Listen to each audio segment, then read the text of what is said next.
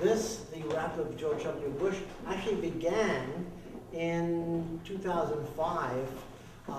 There was a show in Brussels of my work, and I made a sketch called exactly that, a very, very rough sketch based on the Medusa by Géricault, the Raft of Medusa, but with George Bush as the central figure. We built the set, we got these old boards. All the people come from, all 17, the people in one shot. This is totally analog. And they're all from Albuquerque, 15, except for the George Bush and the Barbara Bush, who come from a firm in LA called Famous Lookalikes. And this guy was great. He's the chief electrician in the Monterey Aquarium. And he's fabulous. So anyway, what happens here is, let me just go back to the little sketch, is the fact that this was the central point of the whole composition, besides, of course, the reference of the Géricault. And this particular model, who's Congo Lisa Rice, by the way, Congo Lisa Rice. And she's a kind of a Calvinistic sex toy, that's how I pictured her.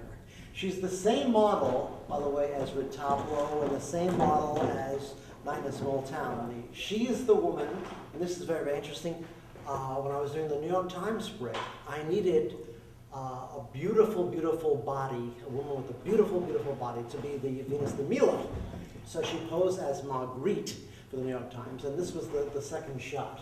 And of course, I put wax on her nose to make it a little more black looking. The same thing for her brother, by the way. This is a brother as General Powell, Secretary of State, who's tapping Georgie on the shoulder, and the little ship here is coming to save them. Now, there was a painted ship, but actually it's so finely painted that every print I make, I actually painted a little ship with my retouching brush. But here is Mama Bush, Barbara, reflecting on, she's actually holding a reflector card. And she's basking in the sun of the greatest great of the Republican Party.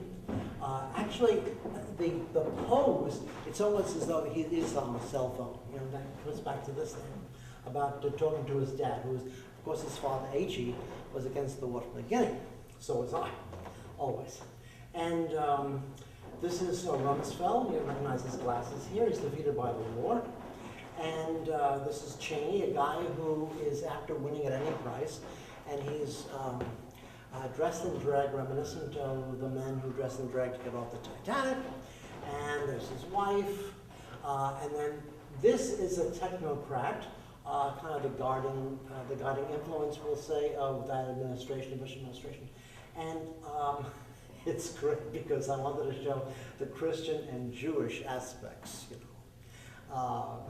And so he's either a blessing or getting a blowjob from a sailor.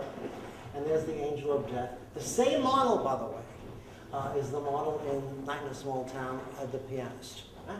And she's a beautiful, beautiful, wonderful, wonderful woman.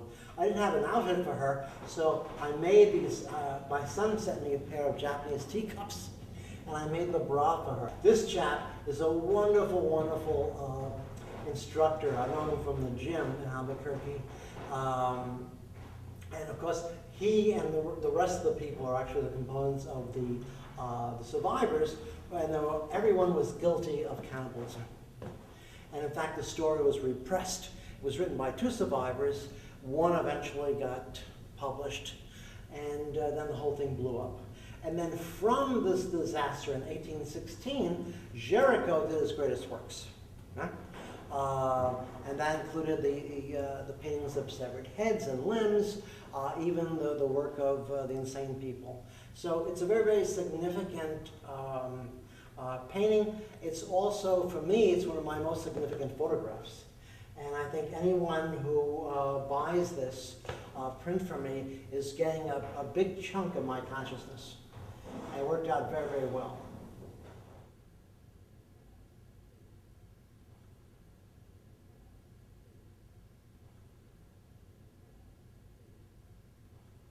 The particular sketch for this came about, had a show in Moscow, had two actually, two shows.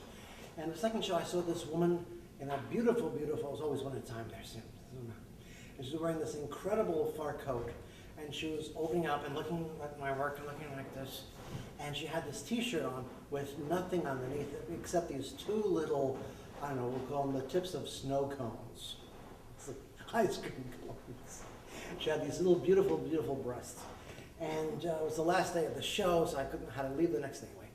And I said, oh, I'll do this thing, and maybe I'll do this thing in Paris. And it's kind of a tribute to the beauty and the mystery of women's breasts. And I did this while a film crew was filming me. They've been working on this film in Paris for about 3 years now. But I got this fedora, I pushed it inside out, painted it white, and put these fish on, and everything else, the flowers and grapes and fruit. And then she was working in Paris, and I got to know her. She was an Israeli student, and was a very, very, very nice photographer, photographed herself. So I saw her photographs of herself, and I could see her body, and I said, "You're going to be perfect. You're going to be perfect." And so I put this together. Actually, at the Cité des Arts in Paris, where there's a little studio I stay. It's only $30 a day in Paris. I love it. I stay there for years and years and years when I can. And so what it is that I just wanted to create this kind of strangely beautiful kind of components around her very, very beautiful face. And then a detail, which actually kind of balances the whole thing, her breasts. And it's a very, very gentle photograph. Actually, this, come think of it, is more like me than a lot of my work. Because I always like to deal in kind of harsher, almost macabre subject matter. But in the relationship to the subject matter I'm working with, I change. Because I'm basically the vehicle of making these things happen.